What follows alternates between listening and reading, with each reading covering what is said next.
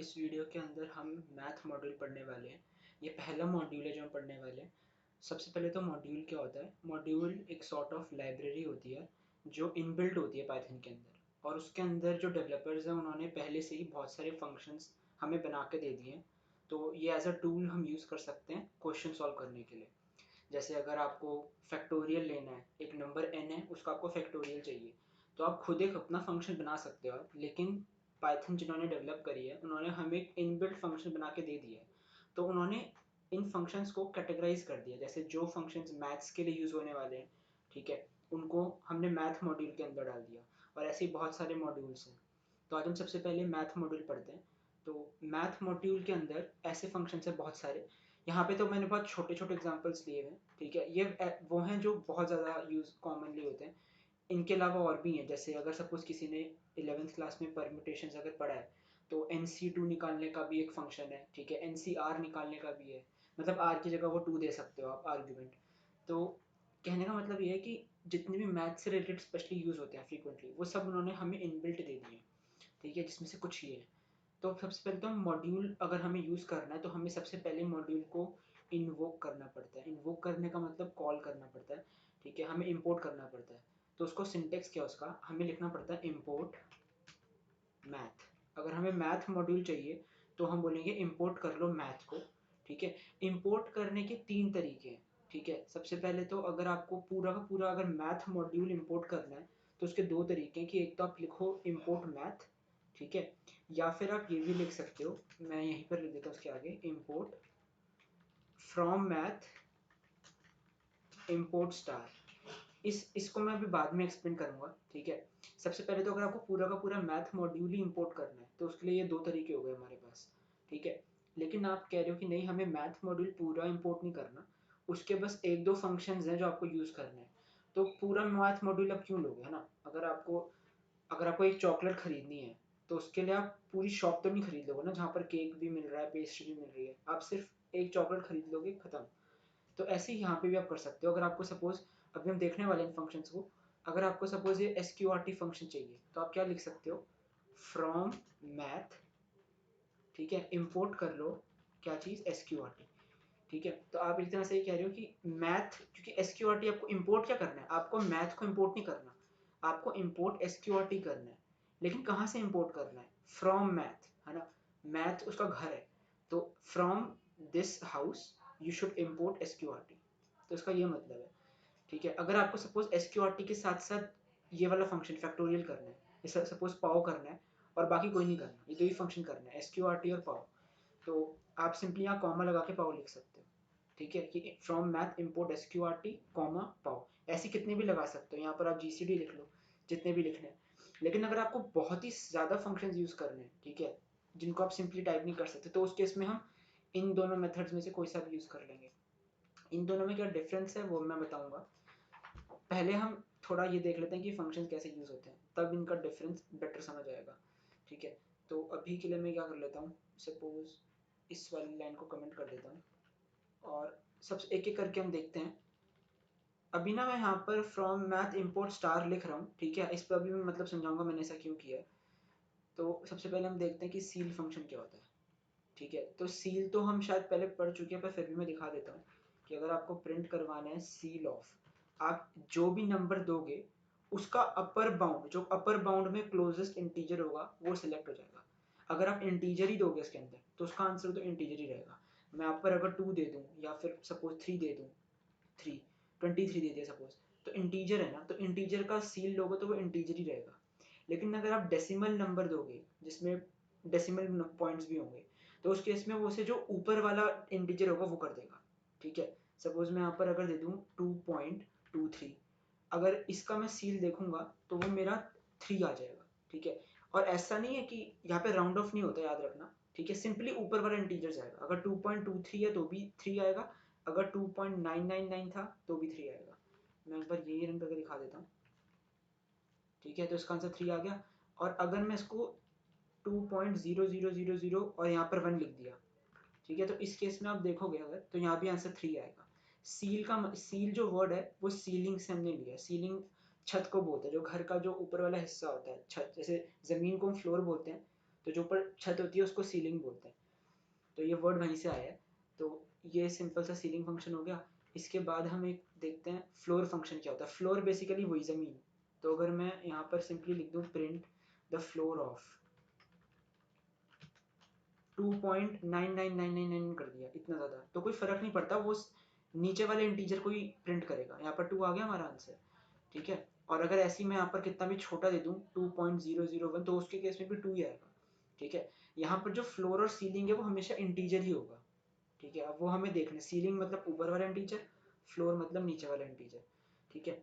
अच्छा, अब हम एक चीज़ और देखते हैं कि अच्छा, इससे पहले हम आगे के फंक्शंस देखें। अब हम ये बात को अंडरस्टैंड कर पाएंगे कि क्यों मैंने यहाँ पर इम्पोर्ट स्टार लिखा। अगर सपोज मैं इसको कमेंट आउट कर दूँ, ठीक है, और इसको वापस कमेंट हटा देता हूँ और सपोज सीलिंग फंक्शन देखते हैं। अगर अब मैं इस प्रोग्राम को रन करूँगा तो इस केस में एरर आएगा, वो बोलेगा सीलिंग इज नॉट डिफाइंड, ठीक है। क्योंकि हमने क्या लिखा था, फ्रॉम मैथ, इधर हमने सिर्फ इम्पोर्ट मैथ लिखा है। अच्छा, एक बार ये करके देखते हैं, फ्रॉम मैथ इम्पोर्ट सी, ठीक है। अगर ये करोगे, इसको मैं अभी 2 मिनट हटाता हूँ, तो देखो यहाँ पर भी मेरा आंसर 3 आ गया, यहाँ पर आ रहा है 3 आंसर। लेकिन अगर मैं यहाँ पर सिंपली सिर्फ इम्पोर्ट मैथ लिख रहा हूँ तो उसमें एरर आ रहा है। एरर क्यों आ रहा है? क्योंकि यहाँ पर उसने मैथ मॉड्यूल को इम्पोर्ट करा है, उसके अंदर सीलिंग आपको डिफाइन करना पड़ेगा कि मैं सील यूज़ कर रहा हूँ। तो उसके लिए हम क्या करते हैं, यहाँ पर मैथ डॉट लिख देंगे। हम बोलेंगे हमें जो फंक्शन यूज़ करना है वो मैथ मॉड्यूल के अंदर है, डॉट उसका नाम क्या है, उसका डॉट है सील, तो मैथ डॉट सील। अगर आप इम्पोर्ट मैथ लिखोगे तो आपको ऐसे लिखना पड़ेगा, सिंपली आप फंक्शन का नाम नहीं लिख सकते, आपको मॉड्यूल का नाम डॉट फंक्शन का नाम। इस केस में अगर आप रन करोगे आंसर तो आपका आंसर 3 आ जाएगा, ठीक है। तो इसमें ये इंपॉर्टेंट बात थी, तो इसीलिए मैंने यहाँ पर इम्पोर्ट स्टार किया। क्यों इम्पोर्ट? देखो, आपको इसमें इस वाली लाइन के अंदर और इस वाली लाइन के अंदर कुछ सिमिलर दिख रहा है। यहाँ पर मैं कह रहा हूँ फ्रॉम मैथ इम्पोर्ट कर लो सील को, यहाँ पे मैं कह रहा हूँ फ्रॉम मैथ इम्पोर्ट कर लो स्टार को। ये स्टार बेसिकली क्या डिपिक्ट कर रहा है, जितने भी मैथ मॉड्यूल के अंदर फंक्शंस डिफाइंड है वो सब के सब एक तरह से स्टार की जगह, सपोज मैं अगर ऐसे लिखूंगा ना, seal comma floor comma GCD, जितने भी फंक्शंस है मतलब ऐसे कॉमा लगाते जाऊंगा और बीच बीच में लिखते जाऊंगा सबके नाम, ठीक है। तो सबके नाम, तो अगर हमें इतने सारे नाम तो हम लिख नहीं सकते ना, तो इसके लिए हम क्या करते हैं, फ्रॉम मैथ इम्पोर्ट स्टार करते हैं। उस केस में आप ये देख सकते हो कि जो स्टार ये वाली स्टेटमेंट जो है इक्विवेलेंट है। सपोज मैंने ये स्टेटमेंट लिख रखी है हर एक फंक्शन के लिए, सील के लिए, फ्लोर के लिए, जितने यहाँ पर उनके लिए, और जितने मैंने नहीं लिखे यहाँ पर उन सब के लिए, ठीक है। तो ऐसा होता है। तो अगर आपको ये यूज़ करना ये कर लो, लेकिन ये रिकमेंडेड तब होता है जब आपको काफ़ी सारे फंक्शंस इंपोर्ट करने हो। अगर आपको 3-4 ही यूज़ करना है तो उस केस में तो आप सिंपली यहाँ पे कॉमा लगा के कर सकते हो कि फ्लोर, ठीक है, एंड फर्दर जितने भी आपको यूज़ करने हैं, ठीक है। तो ये तरीका, ये समझ आ गया आपको कि आपको कैसे यूज़ करना है।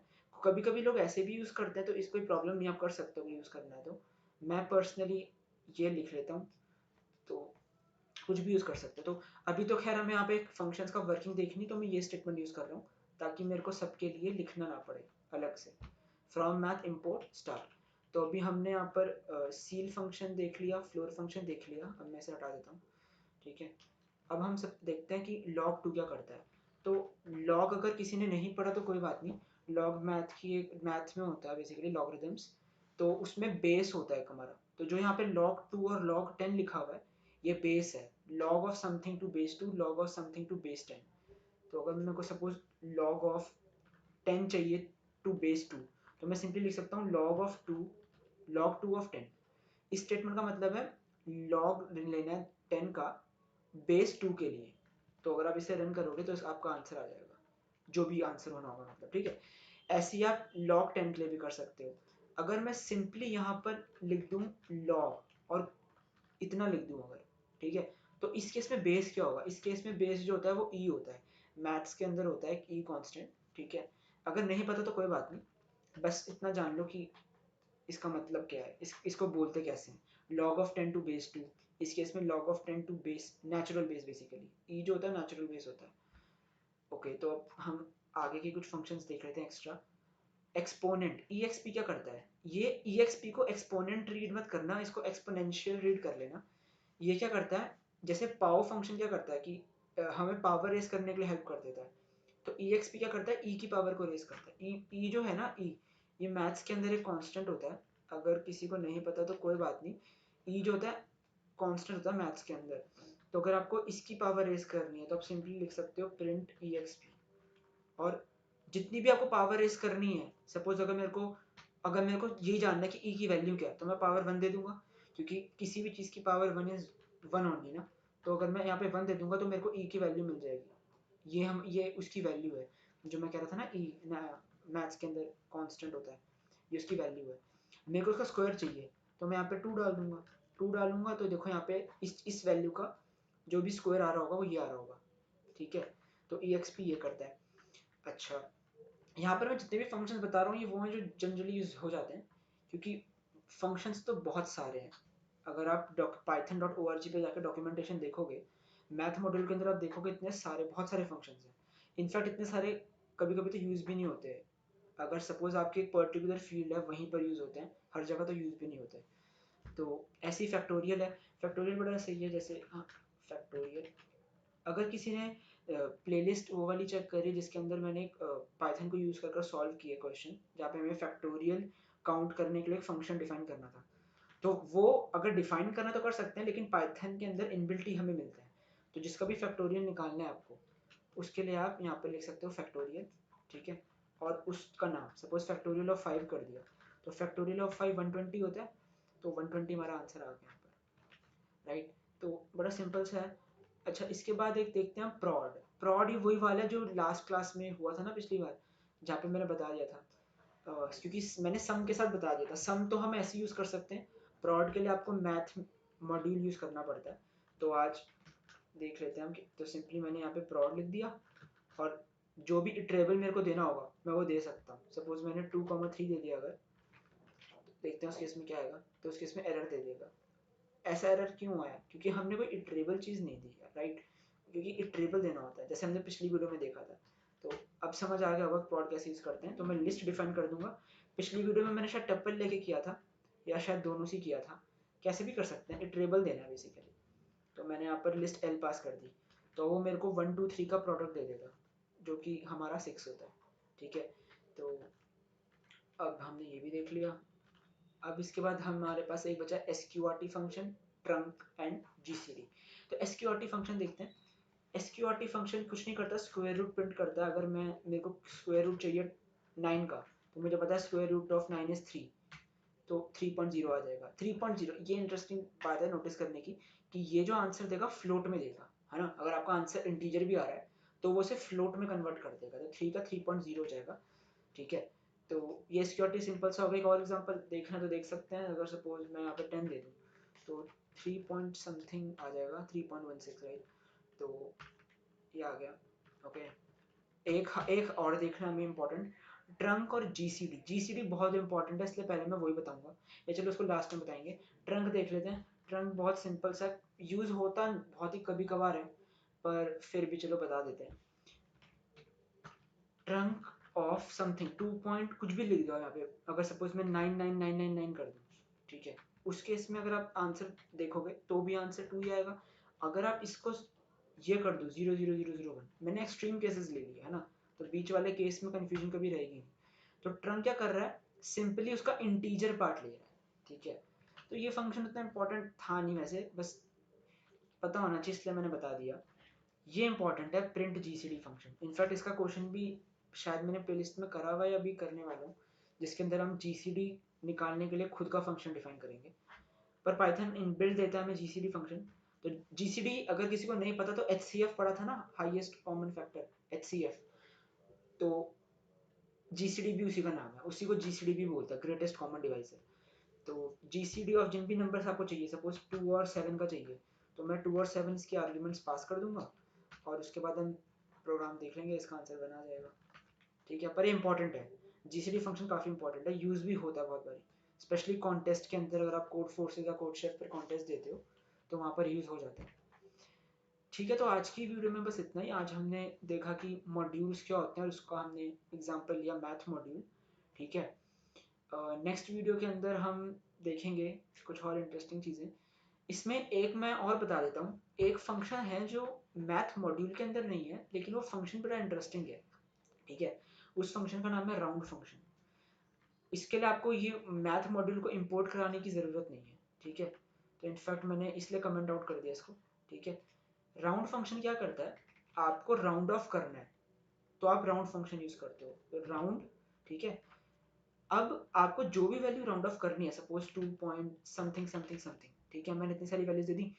अब इसको राउंड ऑफ आपको जैसे सेकंड क्लास में क्वेश्चन नहीं होते थे कि इतने डिजिट तक, इतने डेसिमल पॉइंट्स तक राउंड ऑफ करना है, तो ऐसे यहाँ पर भी आप दे सकते हो। सपोज मैं बोलूँ कि मेरे को 2 डिजिट्स तक राउंड ऑफ करना है, तो ये पहला डेसिमल पॉइंट, ये दूसरा डेसिमल पॉइंट, यहाँ तक राउंड ऑफ करेगा।